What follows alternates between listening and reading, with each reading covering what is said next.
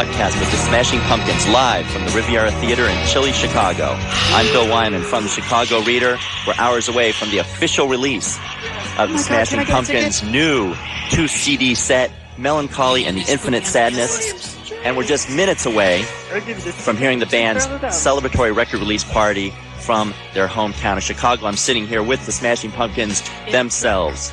Right by the Riviera. Billy Corgan. No, we're live right before the show, Darcy. Darcy. Oh, God. Jimmy Chamberlain. And James Ehot. Thanks for being here, you guys.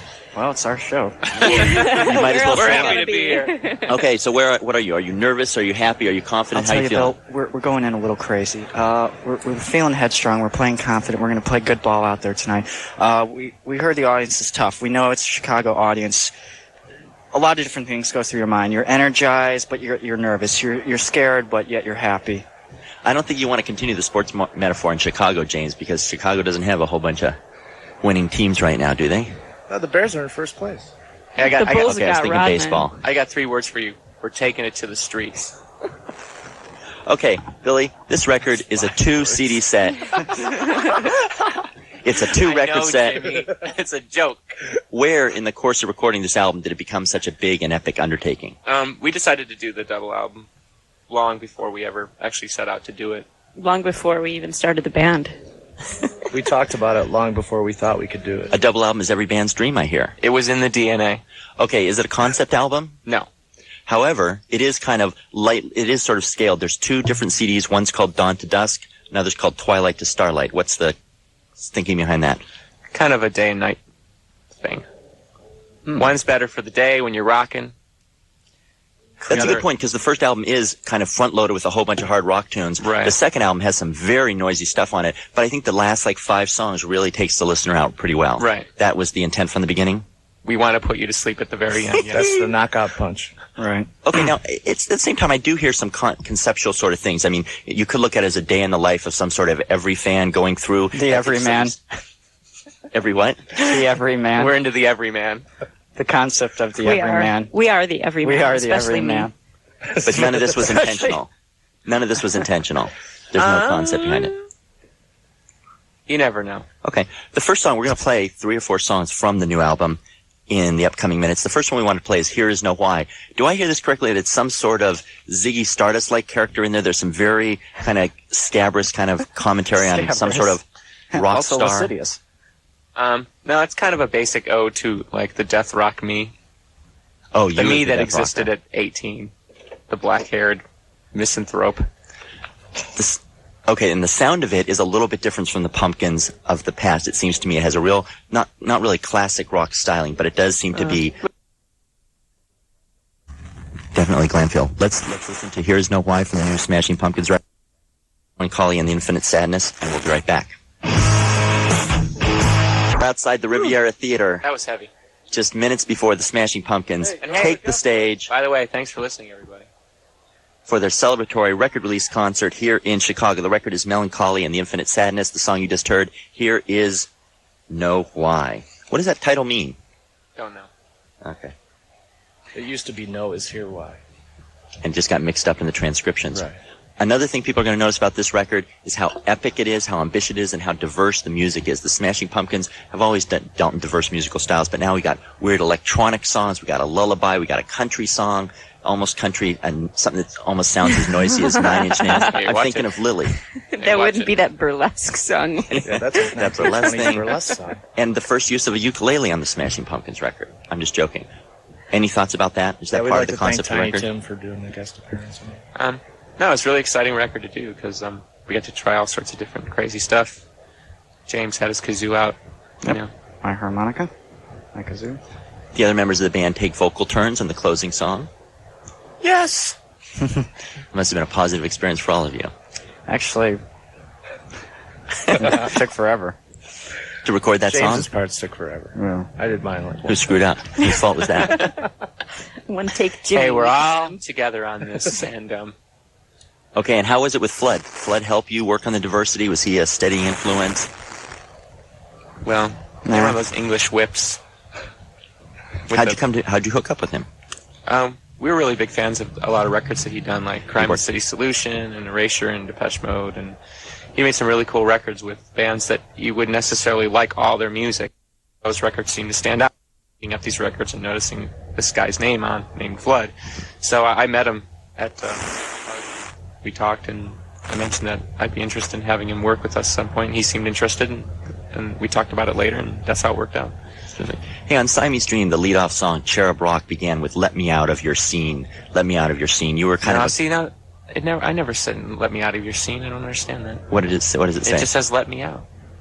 I guess the implication. Out of your scene, man. It seemed that you could read that as a critique Sure. of sort of the alternative rock world. This record seems to stay away from all that. I mean, now that you've headlined Lollapalooza, you must feel like you're pretty much in control of your place in the.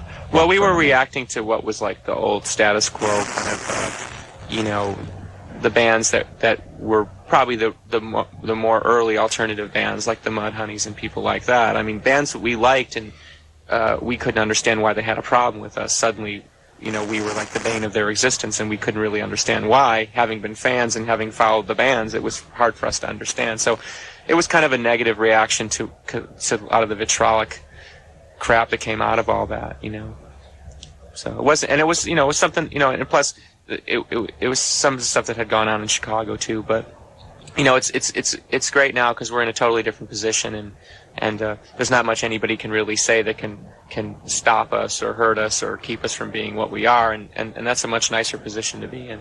I can see that too. The next song we're going to play is 1979, and when you talk about what you used to write about, now you really seem, as you said in the Tribune this morning, you're concentrating on writing about what life is like for kids these days. 1979, I think, is a really nice portrait of sort of, I'm reading it as sort of teenage restlessness. It seems to have characters like Junebug and Justine in it. Where did that song come from?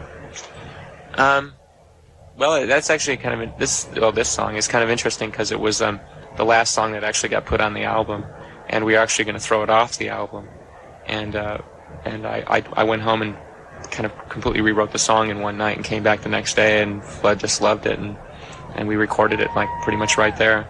And as we listen to this, I think it has a really interesting backing track. It's just really lulling. It brings you along. There's all sorts of weird little sound effects in it too. Where did they come from?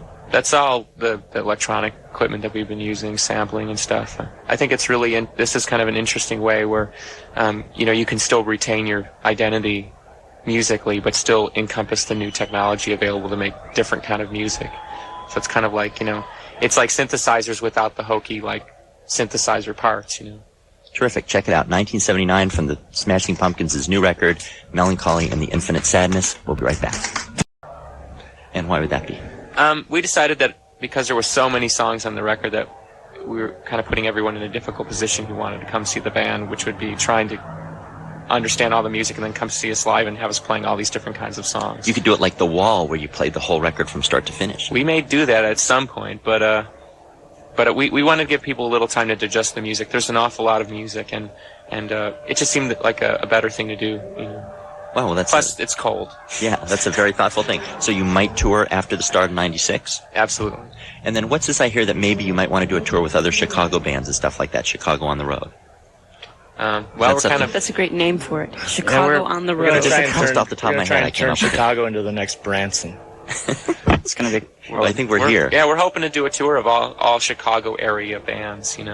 As kind of like promote Chicago as a music entity, because I think it's often overlooked as a place of great musical.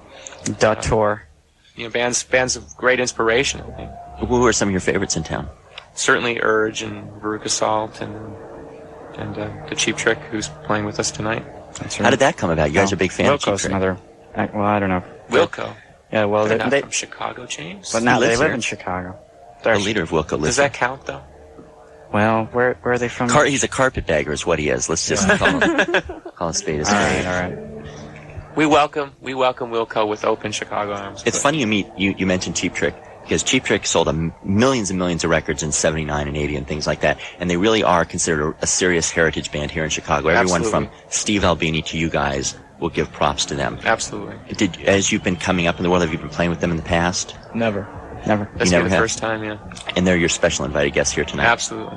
It's a great honor to have them playing with us tonight, because I think they've been such a source of inspiration for so many bands that maybe a lot of the people wouldn't even know bands that have been popular, from Pumpkins to Nirvana to Hole to there's just so many bands that have been influenced by Cheap Trick, and they're the kind of band that seems to have gotten a little lost in the cracks between what people reference as far as musical inspiration. But I think they're a very important link between the early 70s and certainly the late 80s.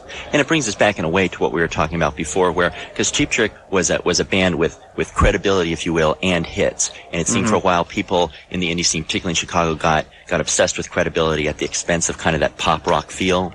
And certainly Urge Overkill would say that. Certainly Veruca would, and certainly you would. Yeah. I mean, I think ultimately music is about having fun. Music is not about politics. Music is not about all these serious subjects. It's really about having fun. And I think if you can combine the other elements in with that, that's great. But mostly, people just want to have a good time. And let's go back to this tour question. Are you seriously thinking of going on the road, maybe playing the whole of the album? Is that something maybe people might be looking for? Well, we certainly want to do a big show. I think we always think of that. I think whenever we make a record, we're always like, we're so attached to every song that we always have this vision of someday we'll go out and be able to play every song, and it'll be great. Every song off every album. In a row. Whether that becomes a reality because the album is so long, I don't know. Because of the long content, the shows will only have shows for like 20 people. And we're going to play all the songs like at 75 speed. That would be great. It'd be very intimate. It'd be an intimate show. Mm-hmm.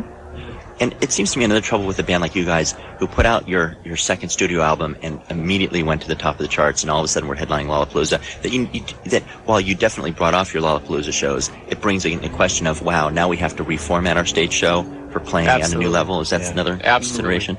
Because we were never the kind of band that really thought we were going to be playing such big places, I mean, I thought we were always kind of more of a club kind of band.